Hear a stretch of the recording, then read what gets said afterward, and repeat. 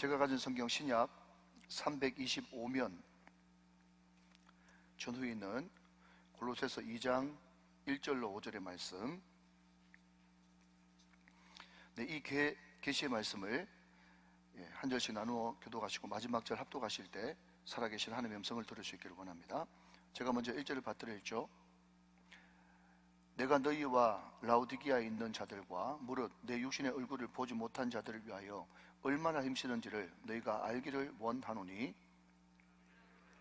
마음의 위안을 받고 사랑 안에서 연합하여 확실한 이해의 모든 풍성함과 하나님의 비밀인 그리스도를 깨닫게 하려 함이니, 그 안에는 지혜와 지식의 모든 보화가 감추어져 있느니라. 내가 이것을 말하면 아무도 교묘한 말로 너희를 속이지 못하게 하려 함이니, 5절 다 같이요.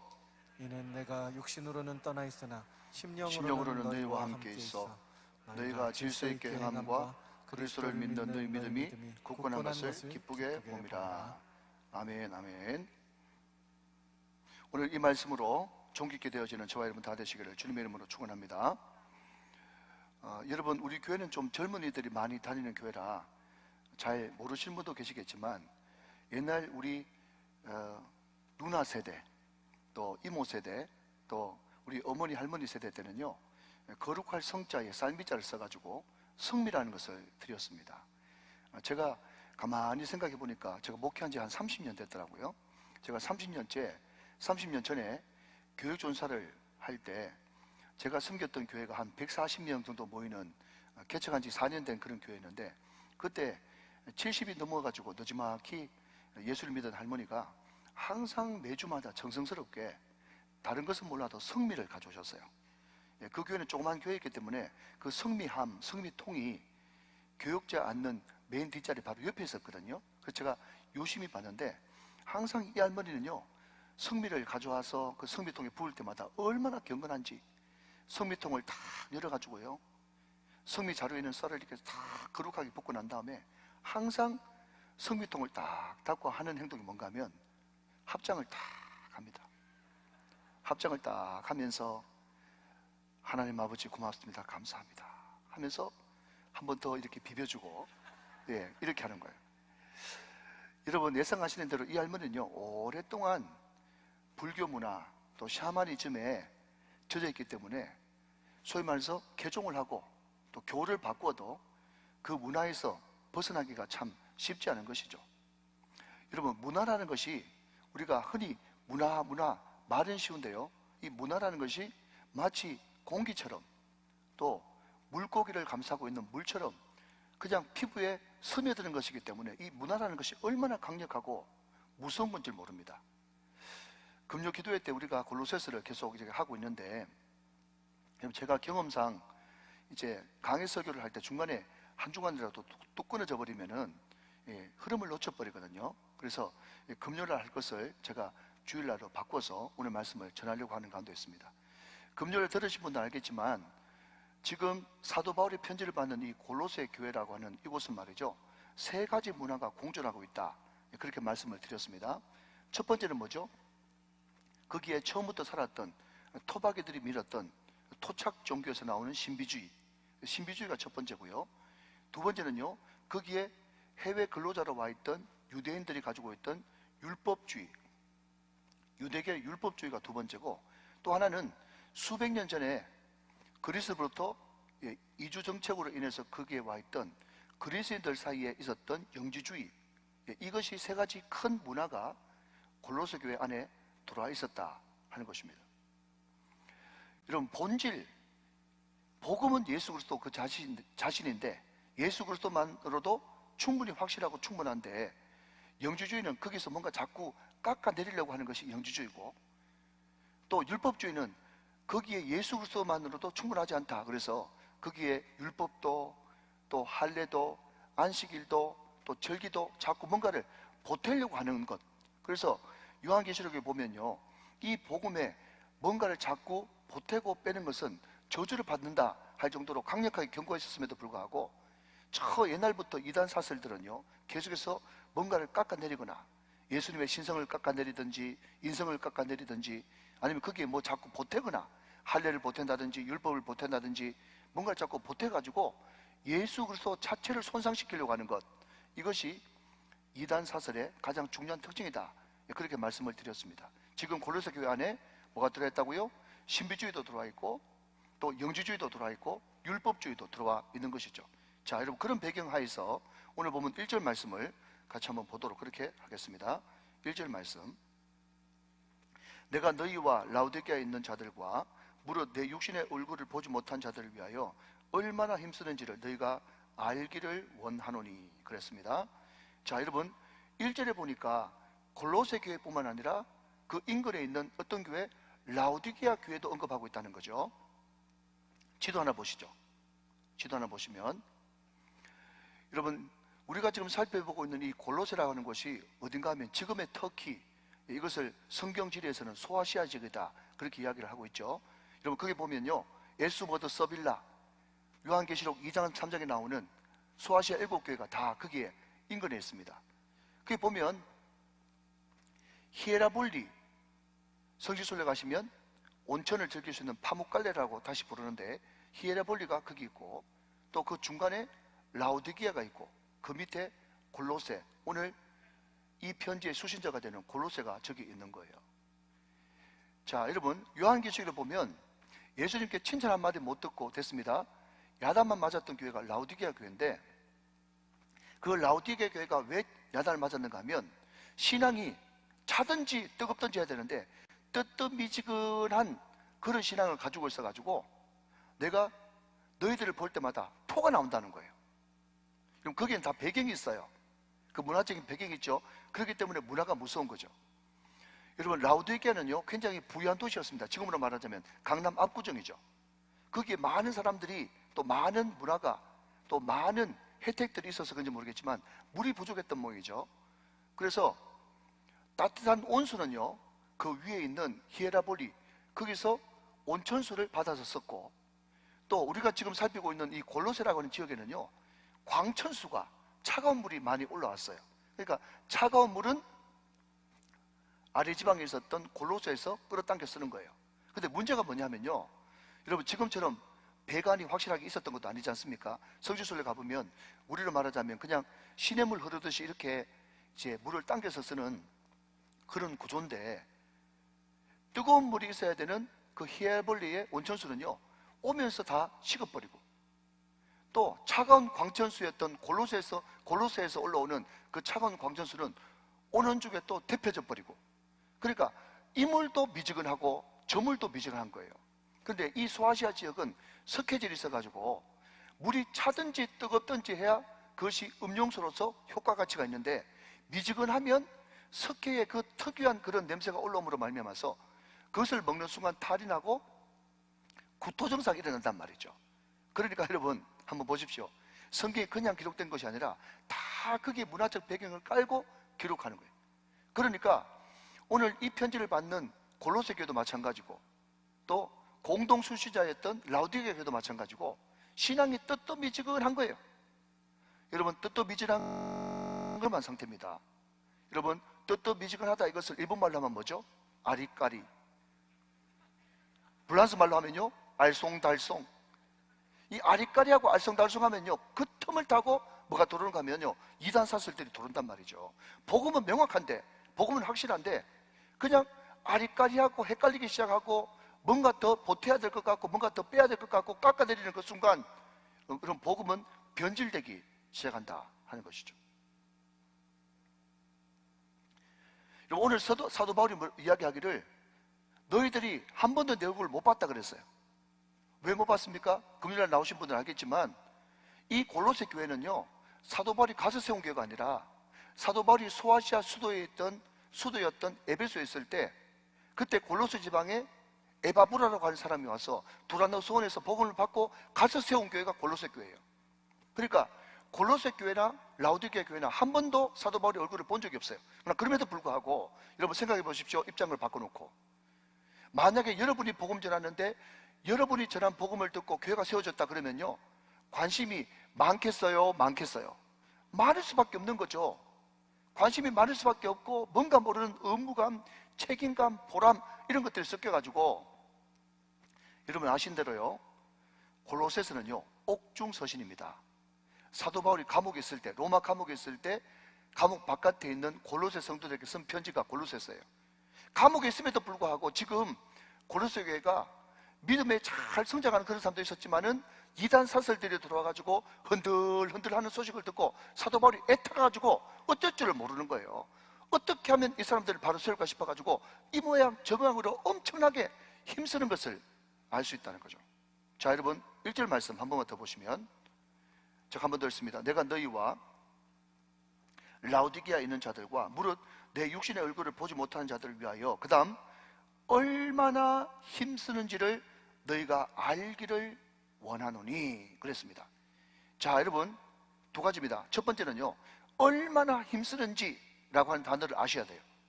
여기에 얼마나 힘쓴다라고 하는 이 단어가요, 노력한다, 최선을 다한다 그 정도가 아닙니다. 이 얼마나 힘쓴다라고 하는 이 단어의 뜻은요, 올림픽 선수들한테 쓰는 단어입니다. 올림픽 선수, 여러분 올림픽 선수들이 뭐라고 이야기하죠? 나보다 땀 더 많이 흘린 사람이 있으면 금메달 가져가라, 이런 각오로 죽도록 운동하는 사람들이 올림픽 선수들이에요. 국대죠, 국대. 이해되십니까?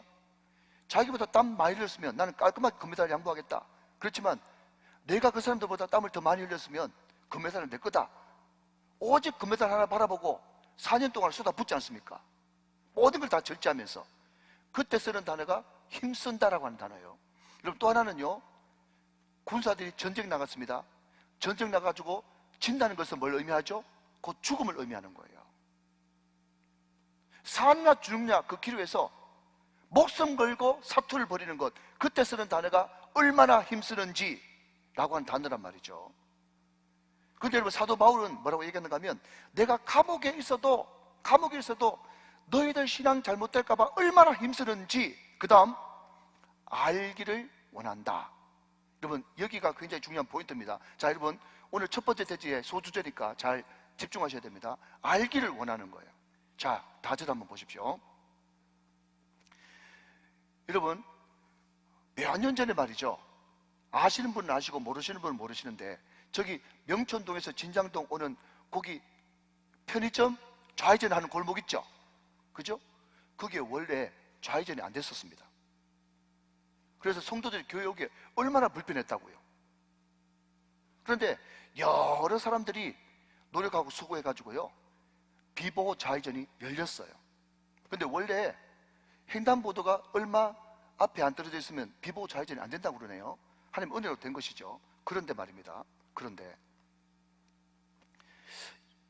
이전에 지방선거인가 그 전에 지방선거가 모르겠는데, 이 지방선거에 출마했던 분이 저를 만나고 싶다 그래가 찾아오더니 말이죠, 이 비보호의 좌회전 그 이야기를 하면서, 목사님 제가 그거 해드리려고 얼마나 수고한 줄 아십니까?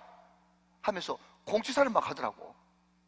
그래서 내가 아이고 의원님이 그렇게 하셨습니까? 너무 고맙습니다, 너무 고맙습니다 하면서 인사는 제가 연신했지만은 정말 지가 있을까? 그런 생각 때문에 그냥 고개를 좀 갸우뚱했는데 어깨에 막 힘을 주고 말이죠, 공치사를 대단히 하더라고요. 여러분 제가 말씀드리고 싶은 것은요, 여기 알기를 원하노라, 알아주기를 원하노라, 이 말은요, 우리가 흔히 생각할 때 사도 바울이 자기 좀 알아달라고 하는가 보다, 자기 얼마나 애쓰고 노력했는지 좀 인정해달라고 하는가 보다, 그 인정, 알아주는 것, 이 개념으로 생각합니다. 그러니까 여러분 담임 목사의 설교가 필요하고 여러분 원어 해석이 필요한 거예요. 전혀 여러분 여기서 사도 바울이 알아주기를 원한다는 그 의미는 이런 의미가 아닙니다. 아니에요. 예를 들면 이런 거죠. 여러분 예를 하나 듭니다. 여러분 예를 돕기 위해서, 우리에게 권사님이 계세요. 그 권사님이 여러분 일을 하고 있기 때문에, 일도 늦게 하고 있기 때문에 너무너무 피곤하신 분이세요. 어떨 때는요, 온몸이 어딘가에 두들겨 맞은 것처럼 꼼짝달싹 못하고 완전히 개구리가 막 패대기 치는 것처럼 방에 딱 달라붙어가지고 아무것도 하기 싫을 때가 많대요. 그런데 새벽 4시만 되면 눈이 떠진다네요. 어떨 때는 하나님 오늘은 도저히 못 가요, 오늘은 너무 피곤해서 도저히 못 가겠어요, 그렇게 하면서 새벽 기도를 쉬려고 하고 있는데 순간순간 마음속에 어떤 생각이 쑥 드는가 하면, 그냥 그분 이야기니까 이야기 좀 들으시기 바랍니다. 누구 담임 목사가 새벽기도 설교를 얼마나 열심히 준비하고, 다른 교회는 저 기도하러 왔지 말씀 들으러 왔나 하면서 대충 그냥 한 구절 읽고 대충 떼우고 기도하고 하세요 이렇게 하는데, 너 담임 목사는 절대로 제 말이 아닙니다. 절대로 제 말이 아니에요. 너 담임 목사는 주일 낮 예배 준비하듯이 새벽 기도 설교를 준비하는데 네 담임 목사 얼굴 봤으라도 가야지, 그런 마음으로 늘 새벽 기도 안 봐주고 나온다는 거예요. 여러분 묻습니다. 제가 지금 설명드리기 위해서 그런 거예요. 여러분, 제가 그 권사님한테 알아달라고 부탁했습니까? 우리는 알아주기를 원하노라 하면 첫 번째처럼 생각하잖아요. 제가 그 권사님한테 알아주기를 원했습니까? 아니면 그분이 스스로 알아준 것입니까? 그분 스스로 알아준 거예요. 그분 스스로 알아줌으로 말미암아, 그것을 여러분 각성이라는 단어로 한번 바꿔봅시다.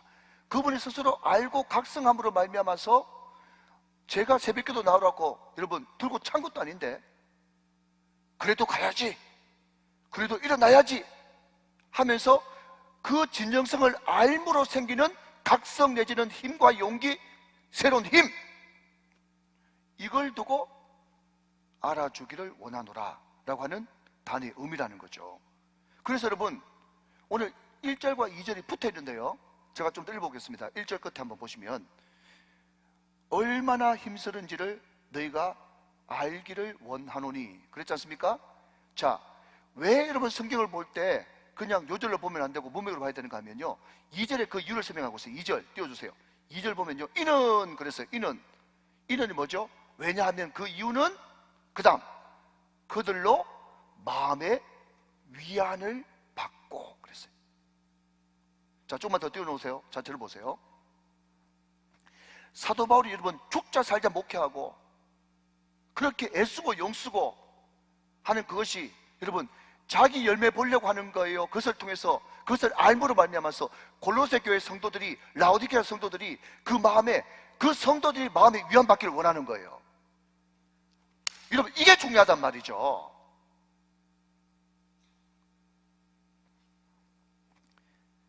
사도 바울에게 주어진 그 부어진 하나님 아버지의 마음은 됐습니다.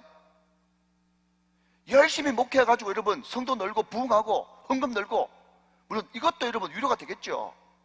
그래서 사도 바울의 진정성 거기 있지 않았어요. 사도 바울이 위대한 거고 하나님의 아버지의 마음이 위대한 것은요, 사도 바울은 자기가 열심히 애쓰고 수고하는 것을 알기를 원하는데, 왜 알기를 원하는가 하면 그것을 알므로써 너희들이 위로받고, 너희들이 힘을 내고, 너희들이 파이팅하고, 너희들이 알므로써 전도 열심히 하고 복음 열심히 전하고, 그렇게 되기를 원하는 마음, 이 마음이 사도 바울 마음에 있었다는 거예요.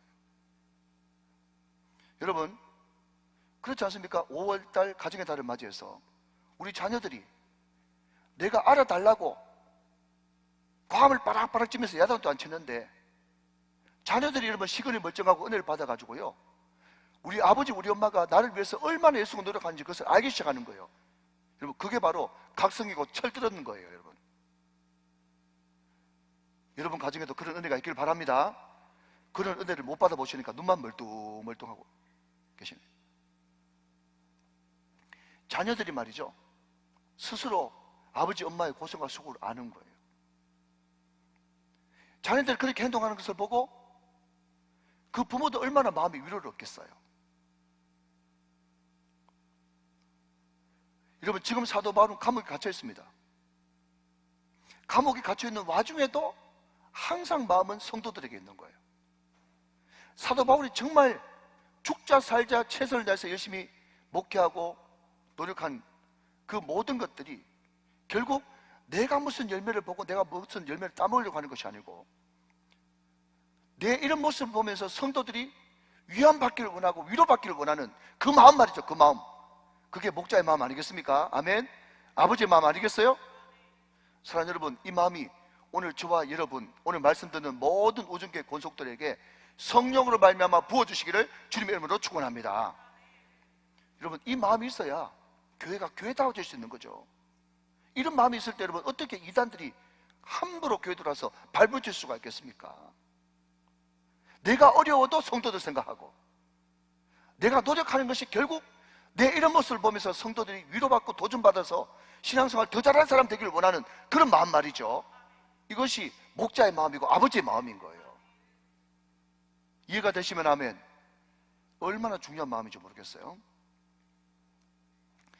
자, 여러분, 주의 종의 그런 마음을 계속 알고 받아 누리는 그 성도들은 점점 믿음이 아름답게 성장할 수밖에 없겠죠. 자, 여러분, 그러면 그 믿음이 어떻게 성장하느냐, 그 성장 단계를 같이 한번 살펴보죠. 2절 말씀 보세요. 이는 그들로 마음의 위안을 받고. 자, 여러분, 우리 오정교회 성도들 볼펜 다 있으시죠? 자, 여러분, 볼펜을 가지고 마음의 위안을 받고 빗금을 치세요. 빗금, 이렇게 45도로 빗금을 치세요. 그게 신앙 성장의 첫 번째 단계예요. 두 번째 단계는 사랑 안에서 연합하여, 거기에 빗금을 치세요. 빗금을 치세요. 그게 두 번째 단계예요. 세 번째는요, 좀 깁니다.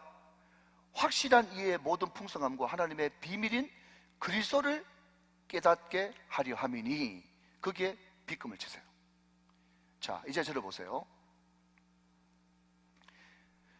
사도 바울의 그 순수한 아버지의 마음, 목자의 마음을 계속 받고 자라는 성도들은요, 믿음이 성장할 수밖에 없다고 그랬어요. 첫 번째는요, 어떤 단계가 하면요, 마음의 위안을 받는 단계예요.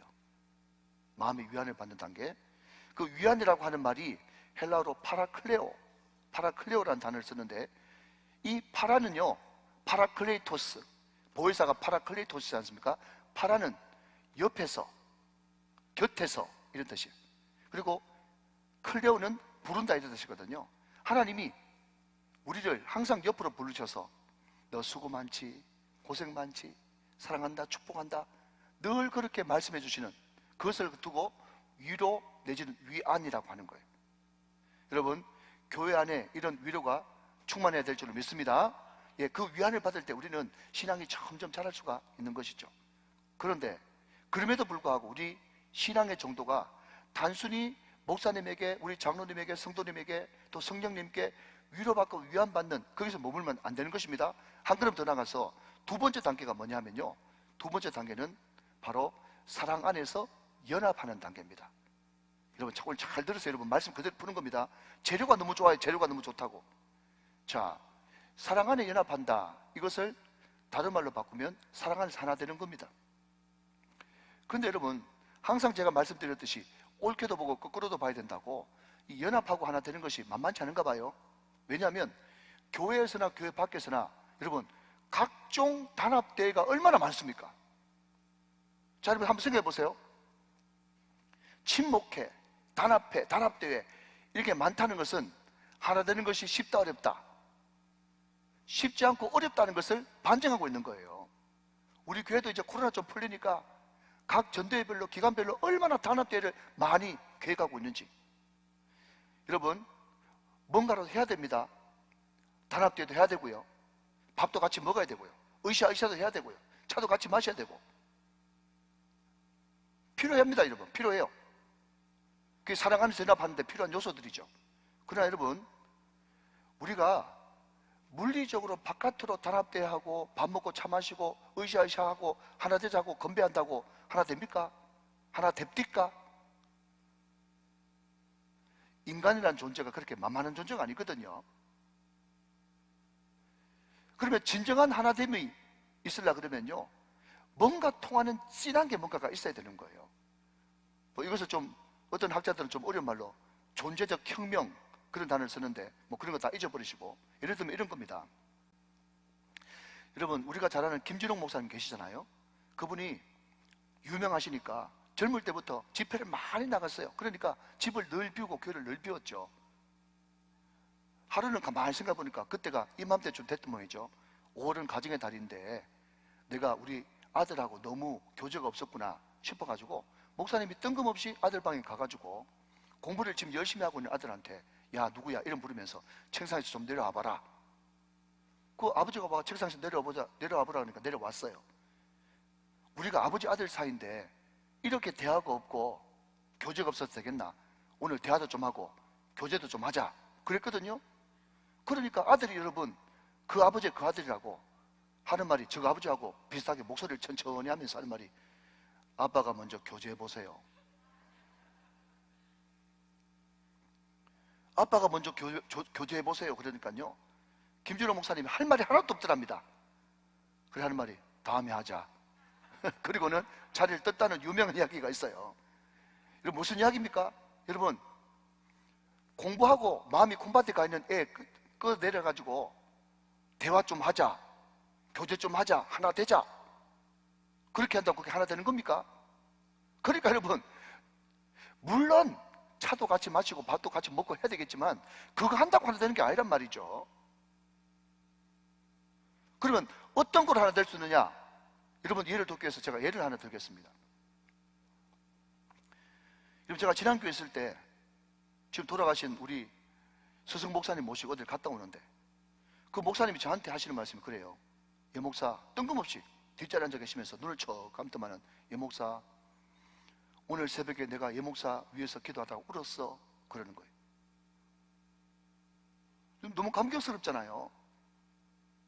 왜 그랬습니까? 여쭤봤더니요, 우리가 목회할 때만 해도 가난한 것이 만만한 건 아니지만은 가난하게만 살기로 결정하면 성도들을 존경하고, 그때는 책이 없어가지고 그냥 박유선 주석, 이상근 주석 그거 한 줄만 있으면 그거 가지고 서로 한번 전과 보듯이 맞춰보고 말씀 몇 번 읽으면서 자기 체험한 거 간증 섞어가지고 그냥 설교하면, 죄송합니다, 대충 설교하면 그래도 성도들이 그 말씀 듣고 울고 은혜 받고 충성하고 헌신하고 있는데, 우리 교회는 한 분도 그런 분이 안 계신데 저 다른 교회 가면요, 목사님이 그렇게 잘 풀어가지고 원어를 끄집어내가지고 설교해줘도 뺀질뺀질하고 감동도 없고 헌신도 없고 충성도 없고 세대 자체가 너무 악한 세대가 됐다는 거예요. 그러니까 내 아들 같은 네가 목회하는 그 세대는 그런 사람 데리고 목회해야 되겠는데, 그 생각만 하니까 내가 마음이 너무 아프고 너무 불쌍해서 울었다는 거예요. 여러분, 죄송합니다, 우리 아버지 날 위해서 우는 거 한 번도 못 봤거든요.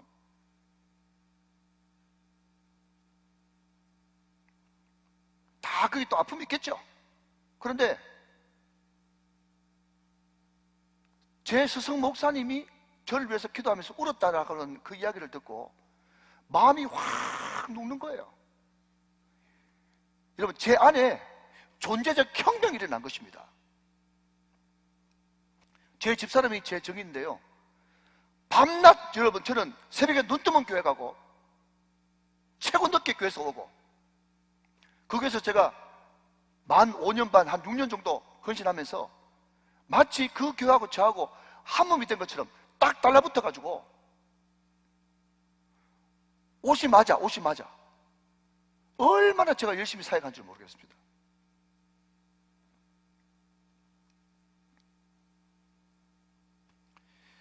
사랑하는 여러분, 이게 바로 사랑 안에서 연합하는 거예요. 예수님이 내 안에, 내 세포 속에 들어오는 거죠. 그리고 부모적 사랑이 나한테 임하게 되는 것입니다.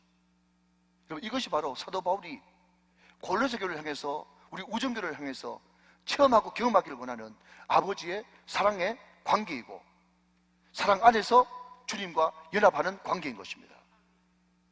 오늘 저와 여러분에게 이런 은혜가 다 넘치시기를 주님의 이름으로 축원합니다.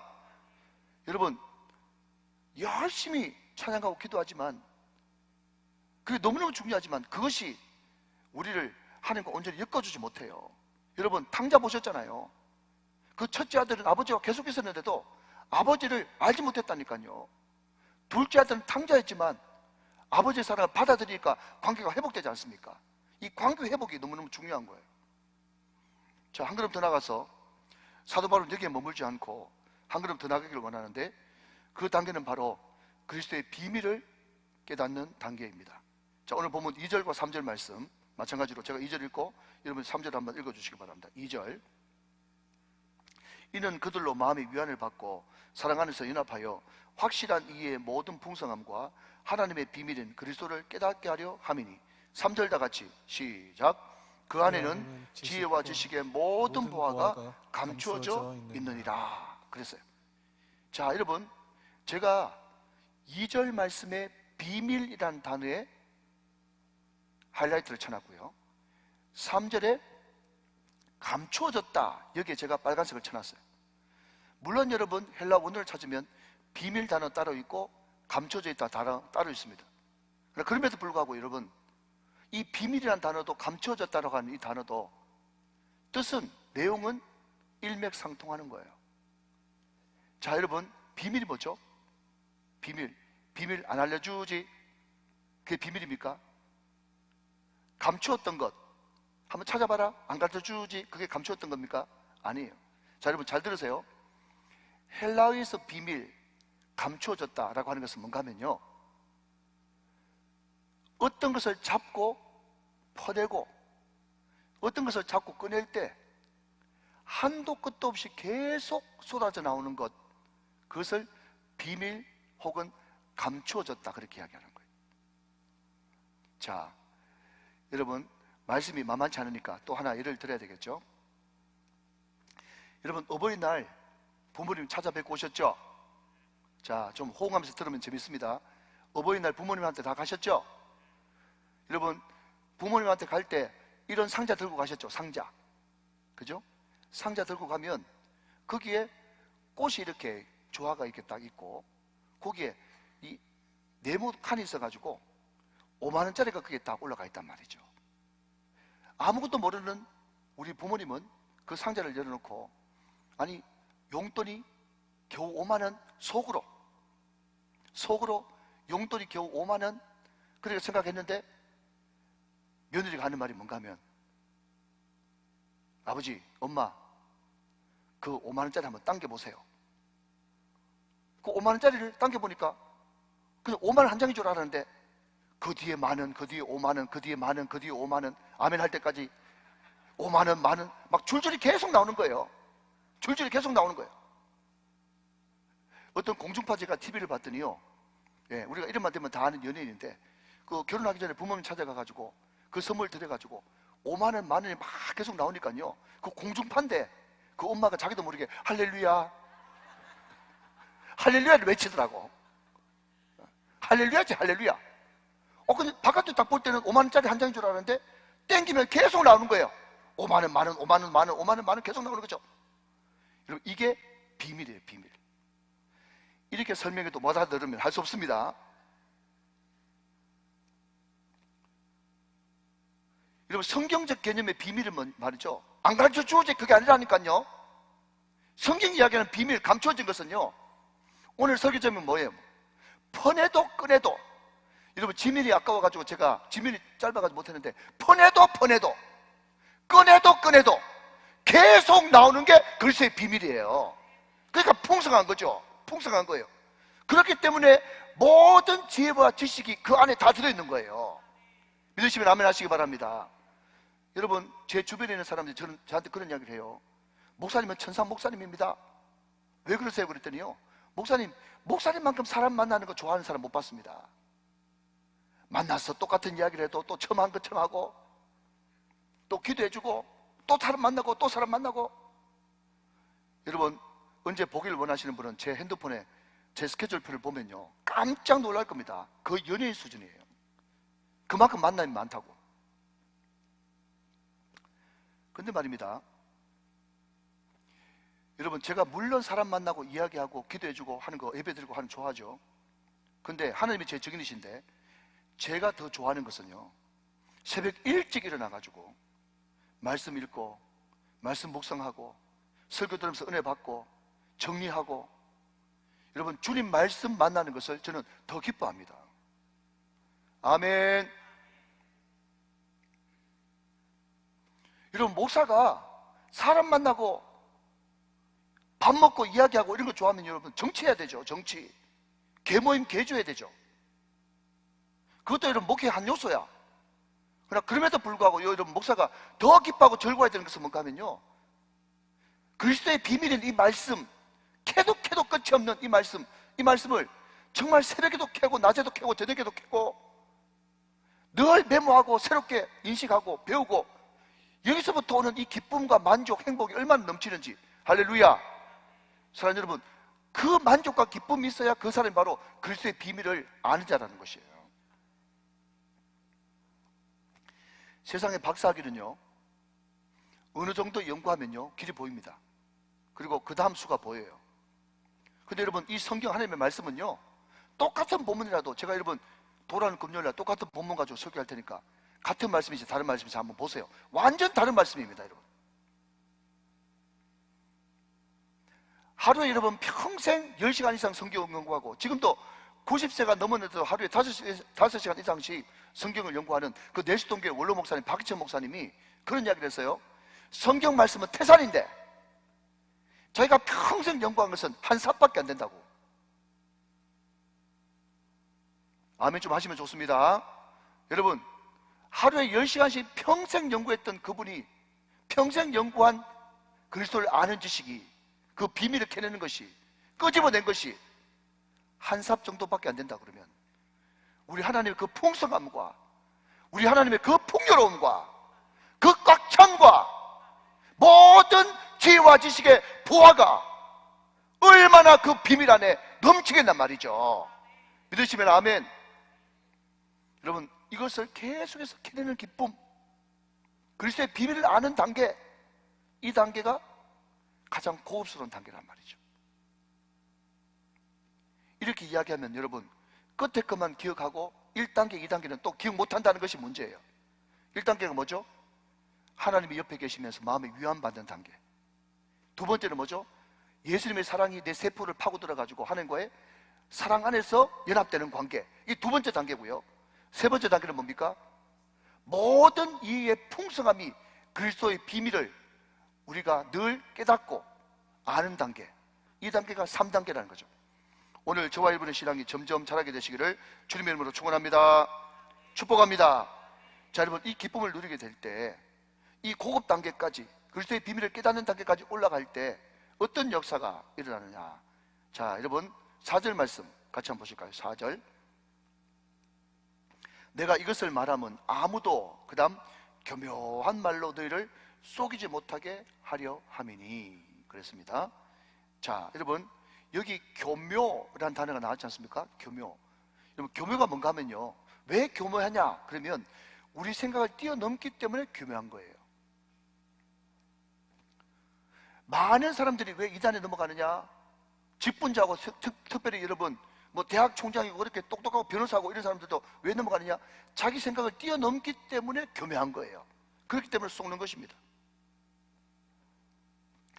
오늘 골로새 교회 안에 들어왔던 영주주의, 율법주의, 신비주의 이런 것들이 각 모양대로 신비적인 것을 좋아하는 사람은 이쪽으로 넘어가고, 또 지식을 좋아하는 그노시스, 지식을 좋아하는 건 영주주의 쪽으로 넘어가고, 뭔가 규범을 좋아하는 사람은 율법주의로 넘어가고, 다 교묘한 속임수에 넘어가는 거예요. 자, 그러면 여러분, 그 교묘, 그 교묘한 말에 넘어가지 않을 수 있는 유일한 길이 뭐죠? 진리 되시는 예수님 안으로 더 깊이 들어가는 것입니다. 그것이 유일한 길이에요. 제가 여러분 한 번씩 예를 드는 것처럼, 우리가 만약에 5만원짜리, 오늘 5만원짜리 많이 나옵니다. 5만원짜리 지폐를 매일 10분씩 뚫어지게 쳐다보는 그런 시간을 1년만 가져본다고 가정해 보십시다. 1년 뒤에 교묘하게 잘 위조된 5만원짜리 지폐를 내 앞에 딱 내놨었을 때, 정확하게 뭔지는 모르겠지만 이상하네, 어제 보던 거하고 다르네, 이런 말이 나와야 되지 않겠습니까? 그게 정상이죠. 마찬가지로 여러분, 진리 되시고 단순하고 명확하신 그 예수님을 깊이 알고 깊이 안으로 들어가다 보면 그거 아닌 모든 것들이 다 걸러지는 그런 역사가 일어난다는 것입니다. 여러분, 이것이 바로 진리 안에 항상 거할 수 있는 능력인 거예요.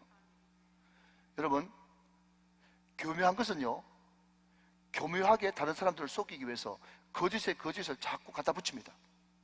잘 들으십시오. 자꾸 갖다 붙이기 때문에 복잡한 거예요. 그렇지만 여러분, 복음은, 예수 그리스도는 단순합니다. 명확합니다. 물론 성경 안으로 깊이 들어가면 여러분 많은 지식들을 배워야 되겠지만 복음 자체는 단순한 거예요. 주 예수를 믿으면 너와 내 집이 구원을 받는 것입니다. 누구든지 그리스도의 이름을 부른 자는 구원을 받는 것이에요. 누구든지 예수를 영접하는 자는 하나님의 자녀가 되는 권세를 받게 되는 것입니다. 왜 단순해야만 됩니까? 그 복음은 어린아이나 일자 무식한 저 노인들까지라도 다 듣고 구원받아야 되기 때문에 복음은 단순, 명확, 확실한 거예요. 믿으시면 아멘 하시기 바랍니다. 이런 말씀 뵙겠습니다. 지금 살아있는 이 현대의 유명한 신학자 중에 스캇 맥나이트라고 하는 유명한 분이 있어요. 스캇 맥나이트. 이 책도 많이 쓰셨는데, 이분이 쓴 예수신경이라고 하는 책이 있습니다. 그 책에 보면요, 여러 가지 좋은 말들이 많이 나오는데 한 1화 에피소드가 기록되어 있어요. 웨슬리 넬슨이라고 하는 유명한 과학자 이야기가 나오는데, 웨슬리 넬슨, 근데 이 사람이 어릴 적부터 굉장히 찌질이었답니다. 늘 마마보이처럼 엄마 품에, 또 엄마 떠나면 어쩔 줄 몰라 하는. 그런데 하루는 엄마가 어디 멀리 잠깐 어디 가게 됐는데, 이 웨슬리 넬슨이라고 하는 이 사람이요, 처음부터 끝까지 계속해서 막 울어대는 거예요. 그러니까 아빠가 지쳤지 않겠습니까? 힘들지 않겠습니까? 그죠? 그러니까 그 아버지가 어린 넬슨한테 뭐라고 얘기했는가 하면, 야, 엄마가 왜 안 온 줄 아니? 네가 그렇게 울어대니까 안 오는 거야. 너 때문에 엄마가 안 올지도 몰라. 너 너무 울어가지고 엄마가 지겨워서 나간 거야. 자, 여러분, 제가 강단에서 이런 이야기를 하니까 무슨 그런 아빠가 다 했나 싶지만, 우리가 가만히 들어보면 어릴 때 그런 이야기 상당히 많이 듣고 자랐습니다. 아빠가 그냥 화나서 하는 소리예요. 엄마 왜 나간 줄 아니? 네 때문에 나간 거야. 지겨워서 나간 거야. 너 때문에 엄마 다시 안 돌아올 거야. 그런데 여러분, 그 책에 나와 있는 내용이에요. 그런데 그 이후부터 이 웨슬리 넬슨이라고 하는 이 과학자한테 왠지 모르는 외로움, 왠지 모르는 허전함, 공허함, 이런 것들이 떠나질 않고 뭔가를 하면 계속 끝에 그런 감정들이 계속 지속되어지는 거예요. 나중에 알고 보니까 이것이 바로 엄마의 부재, 엄마의 존재 자체가 부정됨으로 말미암아가지고 늘 그런 것이 생겼다는 거죠. 자, 시간이 없기 때문에 거두절미하고, 근데 이분이 교회를 다녔어요. 근데 하루는 샌프란시스코 금문교 다 보이는 버클리 언덕이라고 하는 거기에 올라가서 책에 있는 내용입니다. 신앙서적을 보고 있는데 하늘에서 뚜렷하게 자기 마음의 음성으로 들리는데 딱 한마디, 내가 너를 사랑한다. 하나님의 음성이에요. 복잡한 것도 아니에요. 우리도 다 들어봤던, 그러나 뚜렷한, 명확한, 내가 너를 사랑한다. 그 한마디 딱 내 마음속에 들리는데, 이상한 것은 그때부터 50대 중반까지 달고 다녔던, 교회 다녀도 달고 다녔던 외로움, 결핍, 쓸쓸함, 허전함, 공허, 이런 것들이 한순간 싹 사라지면서 거기에 여러분 감나무가 열리기 시작하는데, 감격, 감동, 감사, 이런 선한 열매들이 막 맺혀가지고 기쁘고 행복하고 헌신되고 충성되고 이런 역사가 막 일어나는 거예요. 여러분, 왜 그런지 아세요? 왜 그런지 아세요? 그 안에는 지혜와 지식의 모든 보화가 충만하게 감춰져 있거든요. 그 예수 그리스도가 우주보다 더 큰 어떤 존재가 내 마음속에 딱 들어오는 순간 내 마음속에는 꽉 찬 느낌, 경험해 보셨습니까? 예수님이 내 마음속에 딱 들어올 때 그 꽉 찬 느낌, 그 느낌이 확 들면서 그때부터 쓸데없는 부정적인 정서가 사라지게 되는 거예요. 여러분, 이것이 바로 복음이고, 사도 바울이 골로새 교회와 우리 우정교회 성도들에게 너희도 이런 꽉 찬 그리스도의 비밀을 깨달아 알기를 원한다. 그것이 사도 바울의 기도 제목이고 소원인 것입니다. 여러분, 시간 없어서 읽지는 않겠지만 이런 비밀이 우리 가운데 들어올 때 말이죠, 5절 말씀에 있는 것처럼 어떤 역사가 벌어지는가 하면 그때부터 우리가 질서 있게 행하게 되고, 우리가 믿음에 굳게 서서 흔들리지 않고 그리스도의 강한 용사로 승리하게 되는 것입니다. 여러분, 결론만 말씀드립니다. 5절 말씀에 있는 질서, 믿음, 굳건, 이런 것들은 다 군사용어예요. 군사용어. 이런 은혜가 넘치게 되는 것입니다. 오늘 여러분 이 예배, 이 말씀을 통해서 꽉 찬 그리스도의 비밀이 여러분 가운데 쏟아져 여러분 마음 가운데 항상 질서가 정연하고 믿음에 굳건해져서 그리스도의 강한 용사로 승리하시는 저와 여러분 다 되시기를 주 예수 그리스도 이름으로 축원합니다. 축복합니다. 축원합니다.